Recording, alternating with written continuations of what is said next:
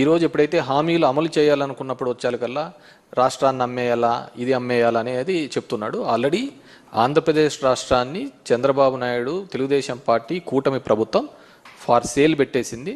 దాంట్లో భాగంగానే మొన్న కూడా చూసినాము 1,90,000 కోట్ల రూపాయలకు సంబంధించి ఏపీఎండీసీకి సంబంధించినవి కూడా కేవలం ఒక 9,000 కోట్ల కోసం ఈ మైన్స్ అన్ని కూడా గ్యారంటీగా పెట్టే సందర్భం కూడా చూడడం జరిగింది.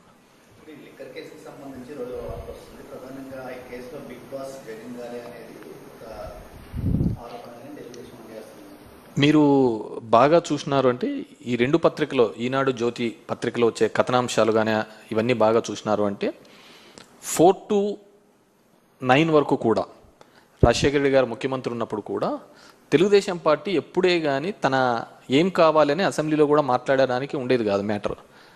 ఏదో ఒక మ్యాటర్ని ఈనాడు పేపర్లో పబ్లిష్ చేసేది, అది తీసుకొని వచ్చి అసెంబ్లీలో గందరగోళం చేసే పరిస్థితి ఆ రోజు మనం చూస్తున్న సందర్భం. ఈరోజు కూడా సేమ్ అదే స్ట్రాటజీనే వాడుతోంది. ఈరోజు సిట్ అనే దర్యాప్తు సంస్థ ఎవరి చేతుల్లో నడుస్తోంది అందరికీ తెలిసినదే.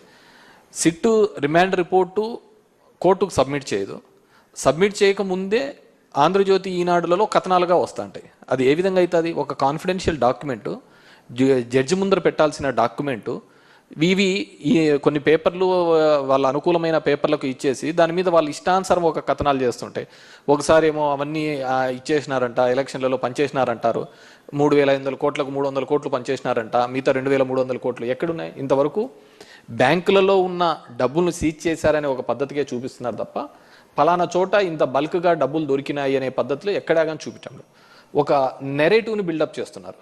అంటే మొదటి నుంచి కూడా కింద నుంచి పై వరకు ఒకటే లైన్ తీసుకుంటారు. దాన్ని ఎస్టాబ్లిష్ చేయడానికి పదే పదే మాట్లాడుతున్న సందర్భం చూసాను తప్ప ఈ పేపర్లలో వచ్చే కథనాల ఆధారంగానే చేసుకుంటా పోతా అంటే ఇంకెవడే కానీ ఉండలేరు అనమాట. నేను ఇంతకుముందు చెప్తున్న విధంగానే జడ్జి దగ్గర ఉండాల్సిన రిపోర్టు, సిట్ కాన్ఫిడెన్షియల్గా మెయింటైన్ చేయాల్సిన రిపోర్టు ఒక వారం ముందరే ఈ రెండు పేపర్లలో ఏ విధంగా వస్తున్నాయి? వీళ్ళు ఎవరైతే దోషిగా చెప్తారో అతన్ని పేపర్లలో వచ్చే దోషిగా చెప్తారో అదే సిట్ రిపోర్ట్లో వస్తుంది. ఇంకెక్కడుందంటారు దీంట్లో? సో ఈ సిట్కి ఏమాత్రం క్రెడిబిలిటీ లేదు. ఖచ్చితంగా పెట్టే దొంగ కేసులే. మీరు బాగా చూసినారు అంటే ఇప్పుడు ఏవైతే ఉన్నాయో ఈ లిక్కర్కి సంబంధించి, డిస్టిలరీస్కి సంబంధించి, ఏ డిస్టిలరీ కూడా జగన్మోహన్ రెడ్డి, వైఎస్ఆర్ కాంగ్రెస్ పార్టీ ఉన్నప్పుడు మేము ఎవరు పర్మిషన్ ఇవ్వలేదే. ఆ డిస్టిలరీస్ పర్మిషన్ ఇచ్చినదంతా చంద్రబాబు నాయుడే. మరి సరే, డిస్టిలరీస్ నుంచి ఈ విధంగా అవకతవకలు జరిగినాయి, బలవంతంగా ఉన్నారు. సో దీనిలో డిస్టిలరీస్ కూడా భాగస్వాములు అయినప్పుడు వాళ్ళ మీద ఎందుకు కేసులు పెట్టలేదు? ఈ మందు సరఫరా చేసిన ఆల్ ది డిస్టిలరీస్ వీళ్ళ మీద ఎందుకు కేసులు పెట్టడం లేదు? సో దీన్ని ఏదో విధంగా ఎస్టాబ్లిష్ చేయాలని కొంతమంది ఆఫీసర్లను బెదిరించి వాళ్ళని అప్రూవల్ అని ఏదేదో కథనాలు చూస్తున్నాం. డెఫినెట్గా చట్టం ముందు ఉండేది, ఆ చట్టానికి అనుకూలంగా చట్టం ముందర నిలబెట్టి ఖచ్చితంగా మేము ఫైట్ చేస్తాము. ఖచ్చితంగా నిర్దోషులుగా ఈ కేసులో నుంచి అందరూ బయటకు వస్తారు.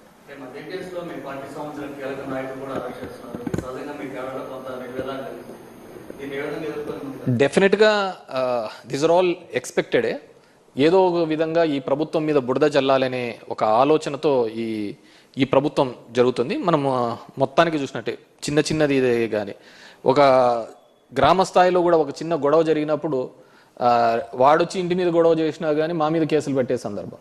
సో అంత మైక్రో లెవెల్లో నుంచి కూడా దీన్ని మానిటర్ చేస్తున్న సందర్భం. So we are all ready for ఎలాంటి కేసులు పెట్టినా ఏ దానికైనా సరే వైఎస్ఆర్ కాంగ్రెస్ పార్టీ సిద్ధంగా ఉంది. ఎటువంటిదైనా సరే చట్ట ప్రకారం ఏమో వాటిని ఎదుర్కోగలుగుతాము. డెఫినెట్గా ఎవరెవరైతే దీనిలలో భాగస్వాములు అవుతున్నారో, దీనిలో అంత ఉత్సాహంగా చేస్తున్నారో, రాబోయే కాలంలో దాన్ని ఖచ్చితంగా అనుభవించి చెప్తారు.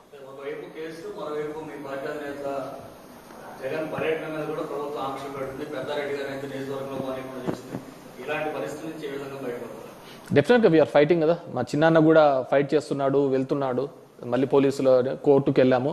ఎంత దౌర్భాగ్యమైన పరిస్థితి అంటే court has given guide lines, మీరు ఈ విధంగా చేయండి అని చెప్పేసి. డెమోక్రటిక్ సిస్టంలో ఈ విధంగా పోండి అని చెప్పినా కానీ అక్కడ ఉన్న పోలీసులు అది చేయలేకపోవడం జరిగింది. మేము కంటెంప్ట్కి కూడా వేయడం జరిగింది. That's before the court. Maybe 23rd, 24th ఎప్పుడు అని చెప్పారు. అది వచ్చిన తర్వాత దాని మీద కూడా మేము తీసుకోవడం.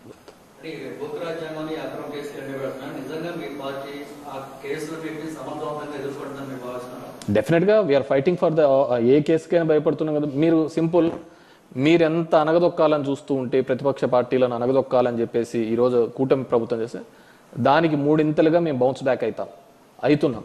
ఈరోజు జగన్మోహన్ రెడ్డి గారికి వెళ్తే వచ్చే జనాలే, ఆ క్రౌడే దానికి నిదర్శనం. దీంట్లో ఎటువంటిది లేదు. ఈరోజు చూసినారు అంటే జనాలు ప్రతి సందర్భంలో కూడా రైతు అనే వ్యక్తి గిట్టుబాటు ధర లేక ఇబ్బంది పడుతున్నాడు. మాకు ఎప్పుడు ఉండేది ఇదే, వర్షాకాలంలో రావాల్సిన వానలు ఎండాకాలంలో వచ్చినాయి. రైతు పరిస్థితి చూస్తే చూడు, ఒక రైతు ఇబ్బంది పడుతున్నాడని పరిస్థితి ఉంటే ఈరోజు నిన్న చూసినారంటే 600 రూపాయలు ఒక టికెట్ రేట్ పెంచి ఇచ్చిన సందర్భం చూస్తున్నాం. అదే 600 రూపాయలు లేకుంటే రైతు గిట్టుబాటు ధర మీద వీళ్ళు ఆలోచించవచ్చు కదా. కానీ ఏ పార్టీ కూడా జనం కోసము, ప్రజల కోసం ఆలోచిస్తున్న పరిస్థితి ఈరోజు పాలకపక్షం చూడటం లేదు, కూటమి చూడటం లేదు. డెఫినెట్గా వాళ్ళు బాగా జడ్జి చేయగలుగుతారు ఎవరిని ఏ విధంగా చేయాలని. డెఫినెట్గా రాబోయే కాలంలో వాళ్ళందరి మీద కూడా ప్రజలు ఒక తీర్పుని ఇవ్వబోతున్నారు.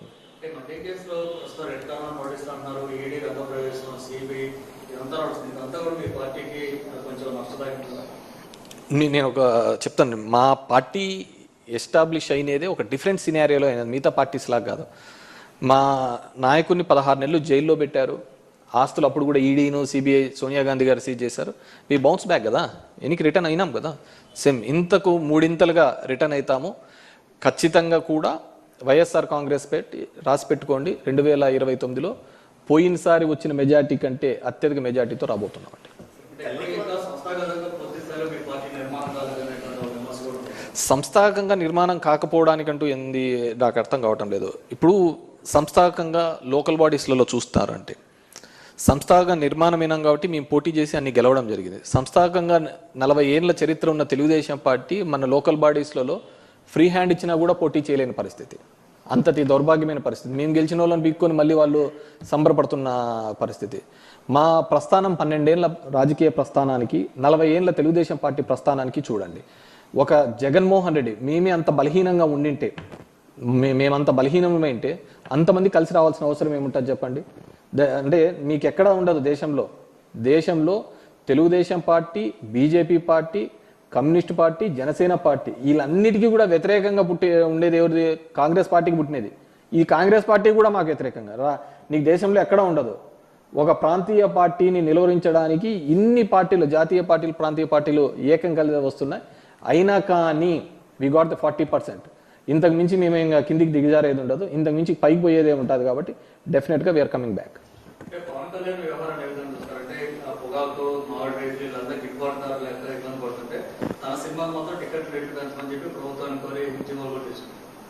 పవన్ కళ్యాణ్ తన మీటింగ్స్లోనే చెప్పాడు, హీఈస్ నాట్ అడ్మినిస్ట్రేటర్, నేను పాలన చేయలేను, పాలనకు పనికిరాను, నేను ఏదన్నా ఉంటే గలాటలు చేయడానికి, పోరాడడానికి మాత్రమే పనికొస్తానని చెప్పేసి చెప్పడం జరిగింది.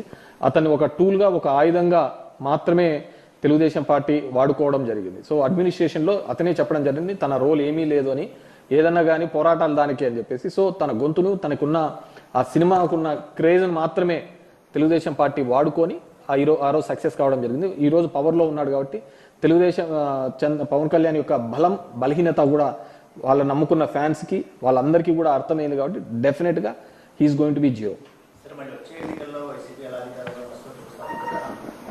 ఇలా చాలామంది అన్నారు, వచ్చాము. డెఫినెట్గా కూడా రేపు కూడా రాబోతున్నాము.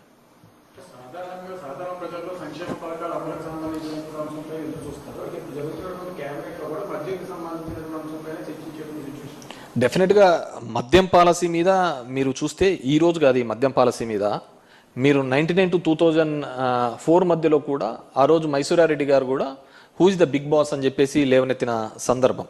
ఆ రోజుల్లోనే ఈయన లిక్కర్ స్కామ్లో ఇరుక్కున్నాడు. ఆల్రెడీ కూడా ఈ కేసుకు సంబంధించి నేను ఇంత ముందుకు చెప్పినందుకు కనుక ఈ డిస్టిలరీస్ ఏవే కానీ మేము ఇచ్చినది కాదు. మేము చేసిన ఏకైక తప్పు ఒకటే ఒక చోట, నిజం గట్టిగా చెప్పలేకపోయినాం, చంద్రబాబు నాయుడు లాగా అబద్ధాలు మాట్లాడలేకపోయినాం. అది మా పార్టీ చేసిన అతిపెద్ద తప్పు. ఎందుకంటే వాళ్ళు ఈ భూము ఈ బీర్లను అన్నింటినీ చూపించేసి ఇవన్నీ జగన్మోహన్ రెడ్డి జే బ్రాండ్లని వాళ్ళంతగా ప్రచారం చేసినా కానీ, లేదా ఇవన్నీ తెచ్చినది తెలుగుదేశం పార్టీ ఆధ్వర్యంలోనే, వాళ్ళ ముఖ్యమంత్రిగా వాళ్ళ టెన్యూర్లోనే తెచ్చారు అనే విషయాన్ని కూడా మేము గట్టిగా ప్రజల్లోకి తీసుకొని పోలేకపోవడము మేము చేసిన అతిపెద్ద తప్పుగా భావిస్తున్నాం. వాళ్ళు చేసిన అబద్ధ మాటలు, కుట్రపూరితమైన అంశాలను మేము జనంలోకి రివర్స్గా కౌంటర్ ఇవ్వలేకపోయినాము. అధికారంలో ఉన్నప్పుడు. ఎందుకంటే ఏ డిస్టిలరీ మేము ఇవ్వలేదు. ఉన్న డిస్టిలరీస్ కన్నా మాకు ఫేవర్ చేసినట్టు ఈ విధంగా చేసినట్టు మరి ఎన్ని డిస్టిలరీస్ మీద కేసు పెట్టారు, ఎన్ని డిస్టిలరీస్ని ఉన్న ఎండీస్ని అరెస్ట్ చేసినారు, దాని ఓనర్లను అరెస్ట్ చేసినారు చెప్పమనండి. So these are all bogus. అవన్నీ ఇచ్చిన పర్మిషన్లు అన్నీ కూడా చంద్రబాబు నాయుడే.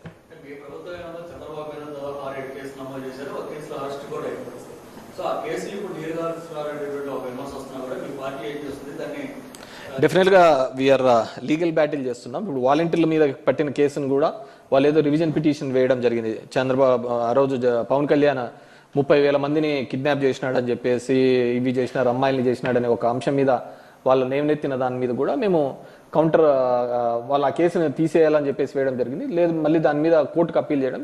డెఫినెట్గా లాలో ఉన్న ఏ అవకాశాన్ని వదలకుండా ఖచ్చితంగా మేము కౌంటర్ చేస్తామండి.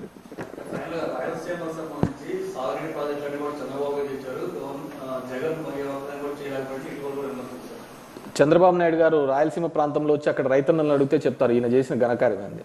ఈరోజు రోడ్ల మీద టమోటాలు ప్రతి పంటను చూడండి రోడ్ల మీద వేసి ఇబ్బంది పడుతున్న పరిస్థితులు చూస్తాను.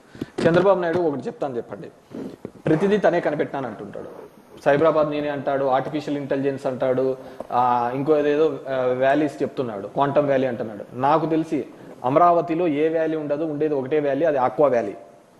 ఆక్వా వ్యాలీ మాత్రం సక్సెస్ఫుల్గా ఉంటుంది. మనము ఏదైనా కానుంటే ఈ చిన్న చేపలను తీసుకొని వచ్చి అక్కడ చేపల పెంపకం చేస్తే డెఫినెట్గా మంచి రిజల్ట్స్ వస్తాయని చెప్పేసి నేను అనుకుంటున్నాను. అంతకు మించి ఆ అమరావతి అనే ఇతను పెట్టిన దీంట్లో ఎటువంటిది కూడా పురోగతి ఉండదు. ఓన్లీ పురోగతి ఏదైనా ఉంది అంటే మాత్రం ఫిషరీస్ మాత్రం బాగా డెవలప్ అవుతాయి. చంద్రబాబు నాయుడు ఫర్ సేల్ చంద్రబాబు నాయుడు గారు ఆల్రెడీ ఫర్ సేల్ పెట్టేసినాడు. సో దాని నుంచి ఏదన్నా తీసి ఇవ్వాలి అనే ఉద్దేశం మొదటి నుంచి కూడా మా పార్టీ వాదన అదే. మేము దగ్గర ఎవ్రీ ఇయర్ ఈ పథకాలు ఈ సంక్షేమ కార్యక్రమాలు అమలు చేయాలి అంటే 70,000 కోట్ల దాకా అవుతుంది. అది ఆంధ్రప్రదేశ్ రెవెన్యూ చూసుకొని ఆదాయాలు చూసుకుంటే ఆ పథకాలు ఇబ్బంది అవుతుందనే ఉద్దేశంతోనే మేము అట్లా నోటికొచ్చినట్టు చెప్పలేదు. చంద్రబాబు నాయుడు గారు నోటికొచ్చినట్టు చెప్పి ఈరోజు ఎప్పుడైతే హామీలు అమలు చేయాలనుకున్నప్పుడు వచ్చేకల్లా రాష్ట్రాన్ని అమ్మేయాలా, ఇది అమ్మేయాలా అనేది చెప్తున్నాడు. ఆల్రెడీ ఆంధ్రప్రదేశ్ రాష్ట్రాన్ని చంద్రబాబు నాయుడు తెలుగుదేశం పార్టీ కూటమి ప్రభుత్వం ఫార్ సేల్ పెట్టేసింది. దాంట్లో భాగంగానే మొన్న కూడా చూసినాము 190,000 కోట్ల రూపాయలకు సంబంధించి ఏపీఎండిసికి సంబంధించినవి కూడా కేవలం ఒక 9,000 కోట్ల కోసం ఈ మైన్స్ అన్ని కూడా గ్యారంటీగా పెట్టే సందర్భం కూడా చూడడం జరిగింది.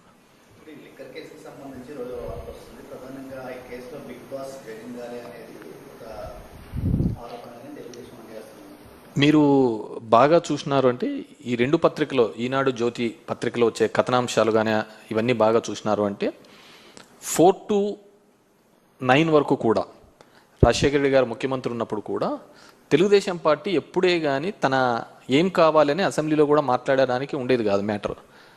ఏదో ఒక మ్యాటర్ని ఈనాడు పేపర్లో పబ్లిష్ చేసేది, అది తీసుకొని వచ్చి అసెంబ్లీలో గందరగోళం చేసే పరిస్థితి ఆ రోజు మనం చూస్తున్న సందర్భం. ఈరోజు కూడా సేమ్ అదే స్ట్రాటజీనే వాడుతోంది. ఈరోజు సిట్ అనే దర్యాప్తు సంస్థ ఎవరి చేతుల్లో నడుస్తోంది అందరికీ తెలిసినదే.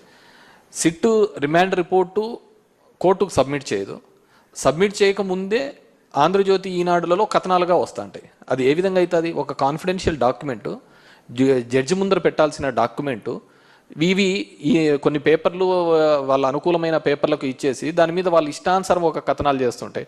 ఒకసారి ఏమో అవన్నీ ఇచ్చేసినారంట, ఎలక్షన్లలో పనిచేసినారంటారు, 3,500 కోట్లకు 300 కోట్లు పనిచేసినారంట, మిగతా 2,300 కోట్లు ఎక్కడున్నాయి? ఇంతవరకు బ్యాంకులలో ఉన్న డబ్బులను సీజ్ చేశారనే ఒక పద్ధతికే చూపిస్తున్నారు తప్ప ఫలానా చోట ఇంత బల్క్గా డబ్బులు దొరికినాయి అనే పద్ధతిలో ఎక్కడా కానీ చూపించండి. ఒక నెరేటివ్ని బిల్డప్ చేస్తున్నారు. అంటే మొదటి నుంచి కూడా కింద నుంచి పై వరకు ఒకటే లైన్ తీసుకుంటారు. దాన్ని ఎస్టాబ్లిష్ చేయడానికి పదే పదే మాట్లాడుతున్న సందర్భం చూసాను తప్ప ఈ పేపర్లలో వచ్చే కథనాల ఆధారంగానే చేసుకుంటా పోతా అంటే ఇంకెవడే కానీ ఉండలేరు అనమాట. నేను ఇంతకుముందు చెప్తున్న విధంగానే జడ్జి దగ్గర ఉండాల్సిన రిపోర్టు, సిట్ కాన్ఫిడెన్షియల్గా మెయింటైన్ చేయాల్సిన రిపోర్టు ఒక వారం ముందరే ఈ రెండు పేపర్లలో ఏ విధంగా వస్తున్నాయి? వీళ్ళు ఎవరైతే దోషిగా చెప్తారో అతన్ని పేపర్లలో వచ్చే దోషిగా చెప్తారో అదే సిట్ రిపోర్ట్లో వస్తుంది. ఇంకెక్కడుందంటారు దీంట్లో? సో ఈ సిట్కి ఏమాత్రం క్రెడిబిలిటీ లేదు. ఖచ్చితంగా పెట్టే దొంగ కేసులే. మీరు బాగా చూసినారు అంటే ఇప్పుడు ఏవైతే ఉన్నాయో ఈ లిక్కర్ సంబంధించి, డిస్టిలరీస్కి సంబంధించి ఏ డిస్టిలరీ కూడా జగన్మోహన్ రెడ్డి వైఎస్ఆర్ కాంగ్రెస్ పార్టీ ఉన్నప్పుడు మేము ఎవరు పర్మిషన్ ఇవ్వలేదే. ఆ డిస్టిలరీస్ పర్మిషన్ ఇచ్చినదంతా చంద్రబాబు నాయుడే. మరి సరే డిస్టిలరీస్ నుంచి ఈ విధంగా అవకతవకలు జరిగినాయి, బలవంతంగా ఉన్నారు. సో దీనిలో డిస్టిలరీస్ కూడా భాగస్వాములే అయినప్పుడు వాళ్ళ మీద ఎందుకు కేసులు పెట్టలేదు? ఈ ఈ ఈ మందు సరఫరా చేసిన ఆల్ ది డిస్టిలరీస్ వీళ్ళ మీద ఎందుకు కేసులు పెట్టడం లేదు? సో దీన్ని ఏదో విధంగా ఎస్టాబ్లిష్ చేయాలని కొంతమంది ఆఫీసర్లను బెదిరించి వాళ్ళని అప్రూవల్ అని ఏదేదో కథనాలు చూస్తున్నాం. డెఫినెట్గా చట్టం ముందు ఉండేది, ఆ చట్టానికి అనుకూలంగా చట్టం ముందర నిలబెట్టి ఖచ్చితంగా మేము ఫైట్ చేస్తాము. ఖచ్చితంగా నిర్దోషులుగా ఈ కేసులోంచి అందరూ బయటకు వస్తారు.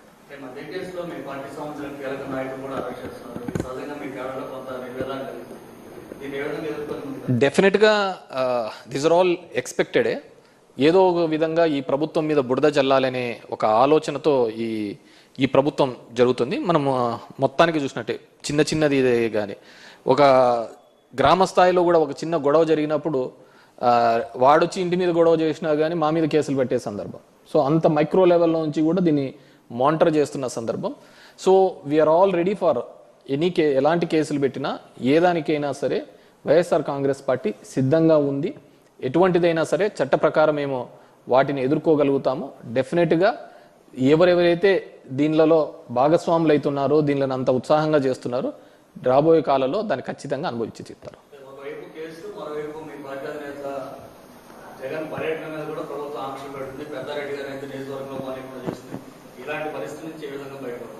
డెఫినెట్గా వీఆర్ ఫైటింగ్ కదా. మా చిన్నాన్న కూడా ఫైట్ చేస్తున్నాడు, వెళ్తున్నాడు. మళ్ళీ పోలీసులు కోర్టుకు వెళ్ళాము. ఎంత దౌర్భాగ్యమైన పరిస్థితి అంటే court has given guide lines, మీరు ఈ విధంగా చేయండి అని చెప్పేసి. డెమోక్రటిక్ సిస్టంలో ఈ విధంగా పోండి అని చెప్పినా కానీ అక్కడ ఉన్న పోలీసులు అది చేయలేకపోవడం జరిగింది. మేము కంటెంప్ట్కి కూడా వేయడం జరిగింది. That's before the court. Maybe 23rd 24th ఎప్పుడో అని చెప్పారు. అది వచ్చిన తర్వాత దాని మీద కూడా మేము తీసుకోవాలి.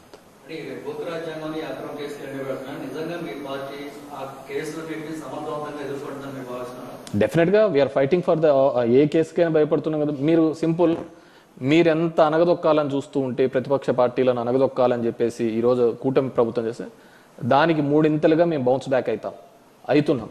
ఈరోజు జగన్మోహన్ రెడ్డి గారికి వెళ్తే వచ్చే జనాలే, ఆ క్రౌడే దానికి నిదర్శనం. దీంట్లో ఎటువంటిది లేదు. ఈరోజు చూసినారు అంటే జనాలు ప్రతి సందర్భంలో కూడా రైతు అనే వ్యక్తి గిట్టుబాటు ధర లేక ఇబ్బంది పడుతున్నాడు. మాకు ఎప్పుడు ఉండేది ఇదే, వర్షాకాలంలో రావాల్సిన వానలు ఎండాకాలంలో వచ్చినాయి. రైతు పరిస్థితి చూస్తే చూడు, ఒక రైతు ఇబ్బంది పడుతున్నాడని పరిస్థితి ఉంటే ఈరోజు నిన్న చూసినారంటే 600 రూపాయలు ఒక టికెట్ రేటు పెంచి ఇచ్చిన సందర్భం చూస్తున్నాం. అదే 600 రూపాయలు లేకుంటే రైతు గిట్టుబాటు ధర మీద వీళ్ళు ఆలోచించవచ్చు కదా. కానీ ఏ పార్టీ కూడా జనం కోసము ప్రజల కోసం ఆలోచిస్తున్న పరిస్థితి ఈరోజు పాలకపక్షం చూడటం లేదు, కూటమి చూడటం లేదు. డెఫినెట్గా వాళ్ళు బాగా జడ్జి చేయగలుగుతారు ఎవరిని ఏ విధంగా చేయాలని. డెఫినెట్గా రాబోయే కాలంలో వాళ్ళందరి మీద కూడా ప్రజలు ఒక తీర్పుని ఇవ్వబోతున్నారు.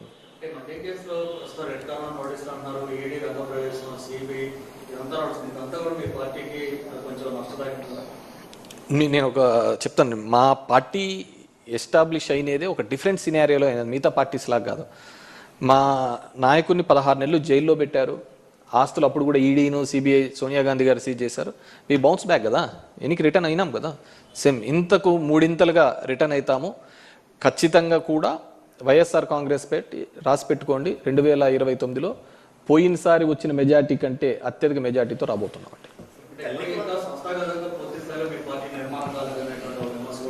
సంస్థాగతంగా నిర్మాణం కాకపోవడానికంటూ ఏంది నాకు అర్థం కావటం లేదు. ఇప్పుడు సంస్థాగతంగా లోకల్ బాడీస్లలో చూస్తారంటే సంస్థాగత నిర్మాణమైనాం కాబట్టి మేము పోటీ చేసి అన్ని గెలవడం జరిగింది. సంస్థాగతంగా 40 ఏళ్ళ చరిత్ర ఉన్న తెలుగుదేశం పార్టీ మన లోకల్ బాడీస్లలో ఫ్రీ హ్యాండ్ ఇచ్చినా కూడా పోటీ చేయలేని పరిస్థితి, అంతటి దౌర్భాగ్యమైన పరిస్థితి. మేము గెలిచిన వాళ్ళని పీక్కొని మళ్ళీ వాళ్ళు సంబరపడుతున్న పరిస్థితి.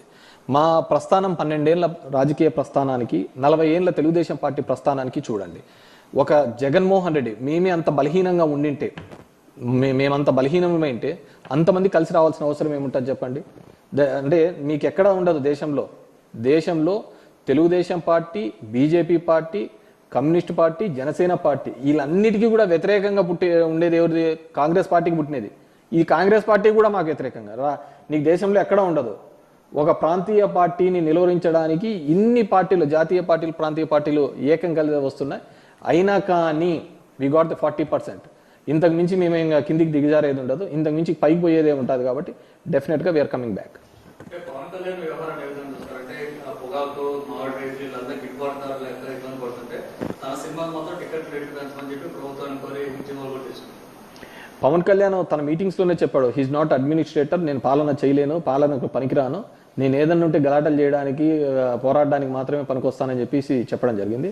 అతన్ని ఒక టూల్గా, ఒక ఆయుధంగా మాత్రమే తెలుగుదేశం పార్టీ వాడుకోవడం జరిగింది. సో అడ్మినిస్ట్రేషన్లో అతనే చెప్పడం జరిగింది తన రోల్ ఏమీ లేదు అని, ఏదన్నా కానీ పోరాటాలు దానికి అని చెప్పేసి. సో తన గొంతును, తనకున్న ఆ సినిమాకున్న క్రేజ్ని మాత్రమే తెలుగుదేశం పార్టీ వాడుకొని ఆ రోజు సక్సెస్ కావడం జరిగింది. ఈరోజు పవర్లో ఉన్నాడు కాబట్టి తెలుగుదేశం పవన్ కళ్యాణ్ యొక్క బలం, బలహీనత కూడా వాళ్ళ నమ్ముకున్న ఫ్యాన్స్కి వాళ్ళందరికీ కూడా అర్థమైంది. కాబట్టి డెఫినెట్గా హీఈస్ గోయింగ్ టు బి జియో. ఇలా చాలామంది అన్నారు, వచ్చాము, డెఫినెట్గా కూడా రేపు కూడా రాబోతున్నాం.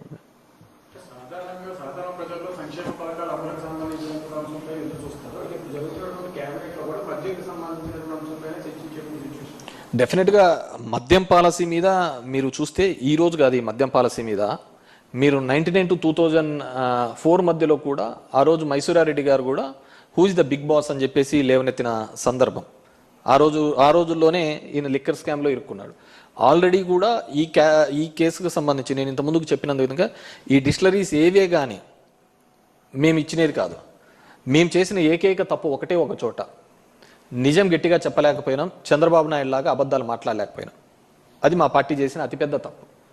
ఎందుకంటే వాళ్ళు ఈ భూము ఈ బీర్లను అన్నింటినీ చూపించేసి ఇవన్నీ జగన్మోహన్ రెడ్డి జే బ్రాండ్లని వాళ్ళంతగా ప్రచారం చేసినా కానీ లేదా ఇవన్నీ తెచ్చినది తెలుగుదేశం పార్టీ ఆధ్వర్యంలోనే వాళ్ళ ముఖ్యమంత్రిగా వాళ్ళ టెన్యూర్లోనే తెచ్చారు అనే విషయాన్ని కూడా మేము గట్టిగా ప్రజల్లోకి తీసుకొని పోలేకపోవడము మేము చేసిన అతిపెద్ద తప్పుగా భావిస్తున్నాం. వాళ్ళు చేసిన అబద్ధ మాటలు, కుట్రపూరితమైన అంశాలను మేము జనంలోకి రివర్స్గా కౌంటర్ పోయినాము అధికారంలో ఉన్నప్పుడు. ఎందుకంటే ఏ డిస్టిలరీ మేము ఇవ్వలేదు.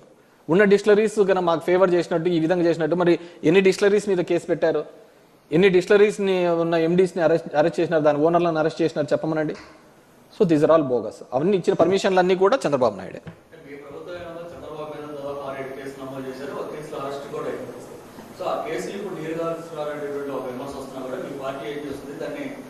డెఫినెట్గా వీఆర్ లీగల్ బ్యాటిల్ చేస్తున్నాం. ఇప్పుడు వాలంటీర్ల మీద పట్టిన కేసును కూడా వాళ్ళు ఏదో రివిజన్ పిటిషన్ వేయడం జరిగింది. చంద్రబాబు ఆ రోజు పవన్ కళ్యాణ్ 30,000 మందిని కిడ్నాప్ చేసినాడని చెప్పేసి, ఇవి చేసినారు, అమ్మాయిల్ని చేసినాడనే ఒక అంశం మీద వాళ్ళ నేవనెత్తిన దాని మీద కూడా మేము కౌంటర్ వాళ్ళ ఆ కేసును తీసేయాలని చెప్పేసి వేయడం జరిగింది. లేదు మళ్ళీ దాని మీద కోర్టుకు అప్పీల్ చేయడం. డెఫినెట్గా లాలో ఉన్న ఏ అవకాశాన్ని వదలకుండా ఖచ్చితంగా మేము కౌంటర్ చేస్తామండి.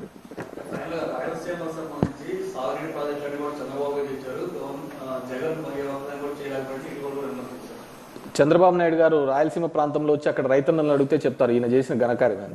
ఈరోజు రోడ్ల మీద టమోటాలు ప్రతి పంటను చూడండి రోడ్ల మీద వేసి ఇబ్బంది పడుతున్న పరిస్థితులు చూస్తాం. చంద్రబాబు నాయుడు ఒకటి చెప్తాను చెప్పండి, ప్రతిదీ తనే కనిపెట్టాను అంటుంటాడు. సైబరాబాద్ నేనే అంటాడు, ఆర్టిఫిషియల్ ఇంటెలిజెన్స్ అంటాడు, ఇంకో ఏదేదో వ్యాలీస్ చెప్తున్నాడు, క్వాంటమ్ వ్యాలీ అంటున్నాడు. నాకు తెలిసి అమరావతిలో ఏ వ్యాలీ ఉండదు, ఉండేది ఒకటే వ్యాలీ, అది ఆక్వా వ్యాలీ. ఆక్వా వ్యాలీ మాత్రం సక్సెస్ఫుల్గా ఉంటుంది. మనము ఏదైనా కానుంటే ఈ చిన్న చేపలను తీసుకొని వచ్చి అక్కడ చేపల పెంపకం చేస్తే డెఫినెట్గా మంచి రిజల్ట్స్ వస్తాయని చెప్పేసి నేను అనుకుంటున్నాను.